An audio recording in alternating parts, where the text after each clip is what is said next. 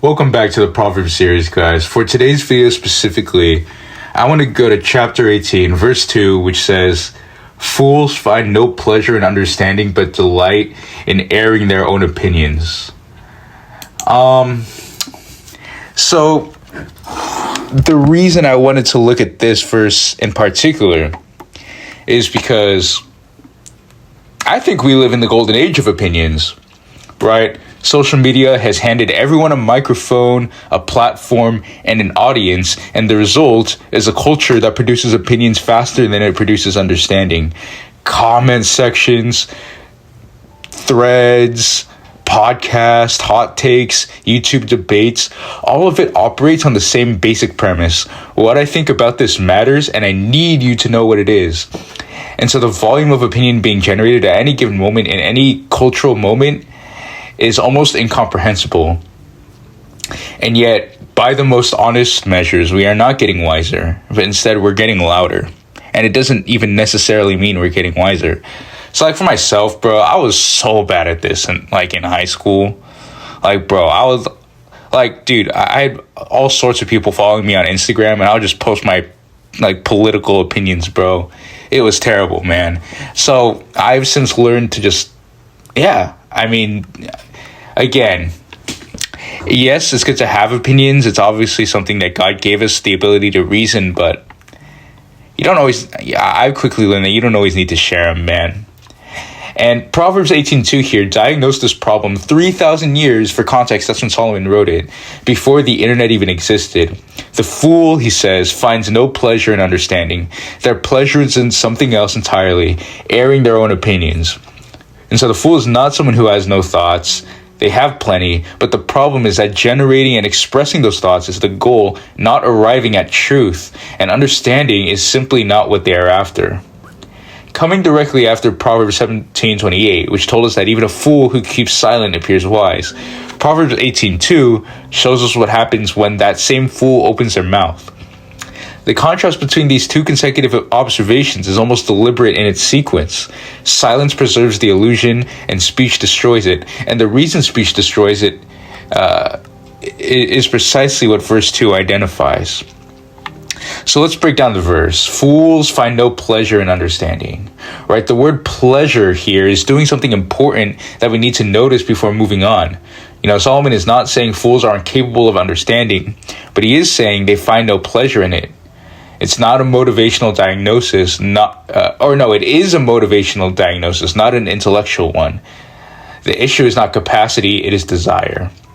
And this is a critical clarification about what the verse is and is not saying, right? A fool in the biblical sense is not someone with a low IQ or limited education at all. Because as we have established throughout the series, the Hebrew categories of foolishness are primarily moral and motivational rather than intellectual. And so the fool of Proverbs 18:2 may be highly intelligent, they may be articulate, well-read, and capable of sophisticated reasoning, but what they lack is any genuine appetite for understanding that goes beyond confirming and expressing what they already think. The word understanding here is the familiar Hebrew word bina. We went over this actually in a previous video, which is the perceptive discernment that sees beneath the surface of things to what is actually true. And so genuine understanding requires a specific posture toward the person or idea you're engaging with. It requires a willingness to be changed by what you encounter, to have your existing view altered or enriched by something outside of it. It requires at a fundamental level the acknowledgement that you might not already have the complete picture. And that posture is precisely what the fool finds no pleasure in. Not because they cannot adopt it, but because they simply don't want to. Understanding would require slowing down, really listening, entertaining the possibility of being wrong, and potentially arriving somewhere different from where they started. None of those things are pleasurable to the person whose deepest goal is the expression of their own views rather than the pursuit of truth. And back in Proverbs chapter 12:15, it connects directly to this, where it says, "A way of a fool is right in his own eyes, but a wise man listens to advice." And so the fool's self-assessment is the ceiling of their evaluation. They are right in their own eyes, and that settled conviction means there is nothing to seek outside of themselves. So understanding becomes irrelevant when you are already convinced you have it, right? Then I want to go on to the second part of the verse, which says, "But delight in airing their own opinions." The contrast Solomon draws here is between finding no pleasure in understanding and finding delight in something else. The word delight is even stronger than pleasure, though. It describes a deep, genuine satisfaction, the kind of enjoyment that makes you seek out the thing that produces it repeatedly. And so the fool is not grudgingly expressing their opinions. They love doing it. It brings them real joy. And the phrase airing their own opinions translates a Hebrew expression because, for context, Proverbs was written in the Hebrew language originally, that more literally means the revealing of their own heart. And this is absolutely illuminating because it shows us exactly what is happening when the fool speaks. They are not attempting to contribute to a shared pursuit of truth. Instead, they're performing their own inner world for an audience. And the goal of the communication is expression rather than discovery, output rather than input.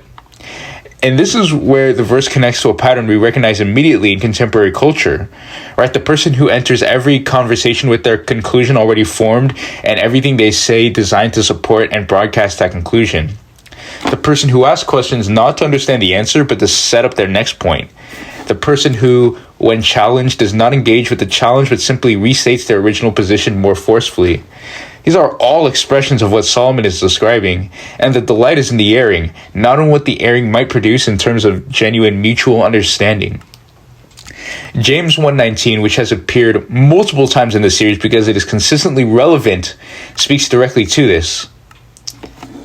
I actually have brought this verse up a lot, but yeah, it's so relevant. James says, "Let every person be quick to hear, slow to speak, and slow to anger."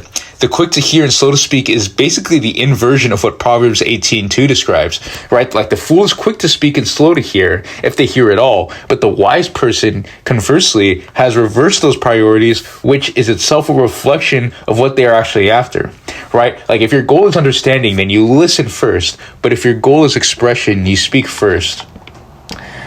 Again, like I've already said this in this video, but man, I think that's one of the hardest things for me personally in my life to work on. Like, I have, sometimes when I'm in conversations, sometimes I just feel the need to talk. But what I need to come to realize is that it's not necessary at all. Sometimes it's not necessary every single time to talk. Sometimes it's just better to listen. And so, Proverbs 18:13, or let me backtrack. A few verses later, there's a verse that basically deepens the same point. If one gives an answer before he hears, it is his folly and shame. The answering before hearing is the mechanical description of what the fool does, basically. They respond before they have actually received what is being said because their response was already formed before the conversation began. And so the conversation was never really a conversation. It was always just a stage for the airing of opinions. And I think it's also worth noting that this verse has a specific application to how we engage with Scripture and with God, right? The posture of approaching the Bible primarily to find support for what we already believe, to harvest verses that confirm our existing positions, rather than approaching it as an authority that has the right to challenge and reshape us, is a form of the same foolishness Solomon describes. Understanding requires the willingness to be surprised, corrected, and changed by what we encounter. And that willingness is precisely what the fool finds no pleasure in, including their own reading of the Bible. So let's get practical here. Let's get applicable, because as I always say in my videos, I truly believe that turning knowledge into wisdom is one of the most important parts of our Christian walk. And so the first thing here is to audit the ratio of speaking to listening in our most important conversations.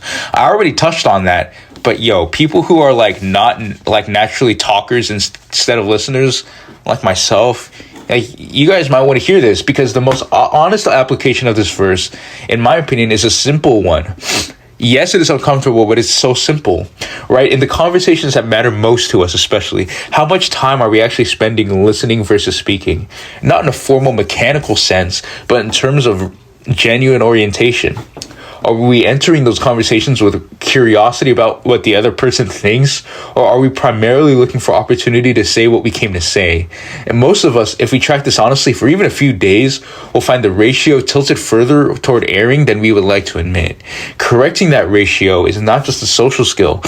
It is the practical expression of valuing understanding over self-expression, which is exactly the reorientation Proverbs 18:2 is calling us toward. And the second thing is to develop the specific discipline of engaging with views that challenge our own. Since the fool finds no pleasure in understanding precisely because understanding might require changing, the practical antidote is to deliberately seek out perspectives that have a real chance of challenging us. This means reading authors we disagree with seriously enough to understand their best arguments rather than just their weakest ones, right? It means listening to criticism without immediately preparing our defense, right? It means asking follow-up questions when someone pushes back on our view instead of simply reiterating the view more emphatically. None of this requires abandoning our convictions. It just requires holding them with enough humility that we remain open to having them sharpened, refined, or even in some cases corrected by something we had not previously considered. And then the third thing here is to bring genuine questions to God rather than just declarations. I think the deepest application here is the one that touches our relationship with God most directly. It is entirely possible to have a prayer life that is primarily the airing of our own opinions upward, presenting God with our assessments of our situations, our conclusions about what should happen, and our preferences about how we should respond, without ever actually positioning ourselves to understand something we did not already know. Now, obviously, that it's still okay to do that once in a while, because biblically speaking, that's what you would call lamenting, right? Like letting God know, like, oh, this is so bad. Right, but not all the time. I mean, come on. Like Psalm 46:10 gives us the corrective. He says, "Be still and know that I am God." Right, the knowing comes through the stillness, through the intentional silencing of our own output long enough to receive something from outside ourselves.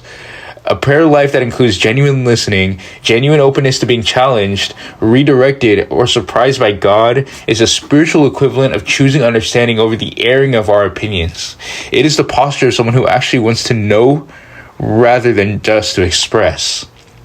So let me just give a closing thought here. Proverbs 18:2 is one of the more personally confronting verses in this series precisely because the behavior it describes is so normalized in our current moment that we barely notice it anymore, right? The constant broadcasting of opinions, the compulsion to make our views known, the comfort of speaking and the discomfort of genuinely listening, these are not fringe behaviors. They are the default mode of a culture that has confused volume with wisdom. But Solomon draws the line with characteristic directness. The fool delights in airing opinions. The wise person finds pleasure in understanding, but the difference is not about how much you know or how articulate you are. It is about what you are actually after when you enter a conversation. So are we after truth, or are we after the satisfaction of having our own voice heard? And that question is worth sitting with.